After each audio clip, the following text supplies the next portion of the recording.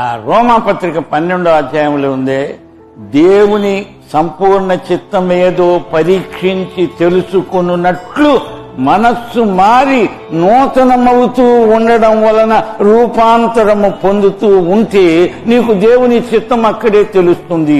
దేవుడు తన బిడ్డలకు తన చిత్తాన్ని బయలుపరుస్తాడు. కానీ ఒకవేళ నీవు దేవుని బిడ్డగా లేవేమో, అందుకనే బయలుపరచడు. పందుల ముందు ముత్యాలు పొయ్యడు ఆయన.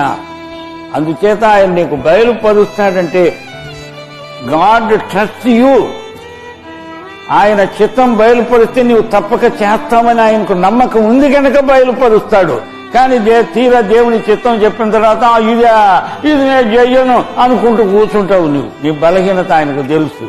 అలా కాదు, దేవుని చిత్తమేదో పరీక్షించి తెలుసుకున్నట్లు మీరు మనస్సు మారి నూతనం అవుతూ ఉండాలి. మనస్సు మారడం అంటే అర్థము ప్రతి నిమిషము మారాలి మన మనస్సు. నేనటి మనస్సు ఈ రోజు ఉండకూడదు. ఎందుకంటే యేసుప్రభు యొక్క మనస్సును మనము రోజు రోజు నేర్చుకుంటున్నాం కాబట్టి.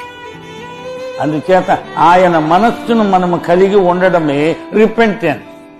Repentance is our life style. ప్రతి నిమిషం కూడా నడుస్తున్నప్పుడు ఎక్కడో తప్పటడుగు వేస్తాము. ఐఎమ్ సారీ అని చెప్పాలి, మళ్ళా ఆయన అడుగులో అడుగు వేయాలి. కనుక రిపెంటెన్స్ ఎప్పుడో సంవత్సరానికి ఒకసారో ఎప్పుడో ఏడుపు వచ్చినప్పుడు ఓ ప్రభు అని అరగంట ఏడ్చి మళ్ళా ఎప్పటికాలు ఇచ్చి అన్నట్టు బతికితే అది బుద్ధి లేని క్రైస్తవం అంటారు. అని చెప్తేనే బులే క్రైస్తవం అని. ఇట్లాంటి వాళ్లకు క్రైస్తవ పిచ్చాసుపత్రి ఒకటి కట్టించాలి.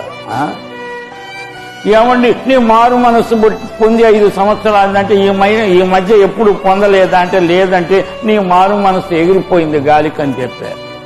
ఏం మారు మనస్సు? ఎన్నిసార్లు?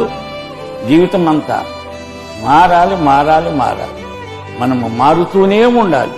యేసు రూపము మనకు 100% వచ్చే వరకు నీవు మారుతూ ఉండాలి. ఆ మారడం నీలో లేకపోతే నిన్ను పక్కన పెట్టేసేయాలి.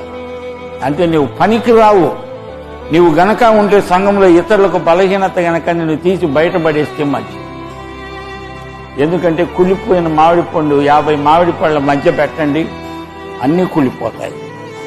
సంఘానికి ఉజ్జీవం రావాలంటే ఉజ్జీవానికి ఆటంకమైన 4-5 కనుక్కొని తీసుకెళ్లి కట్టగట్టి అవతల పడేయండి. సంఘంలో ఉజ్జీవం వస్తుంది. ఉజ్జీవం రాకపోతే నిర్జీవం అయిపోతుంది. ఉజ్జీవం అని పాటలు పాడితే ఉజ్జీవం వస్తుందా?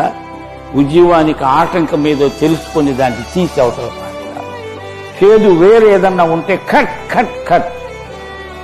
అప్పుడు గాని మనం ప్రభువును మహిమపరచలేదు. ఇది నా హృదయంలో ఉన్న భారం మీతో పంచుకోవడానికి దేవుడు అవకాశం ఇచ్చినట్టు దేవునికి మీకు నాకు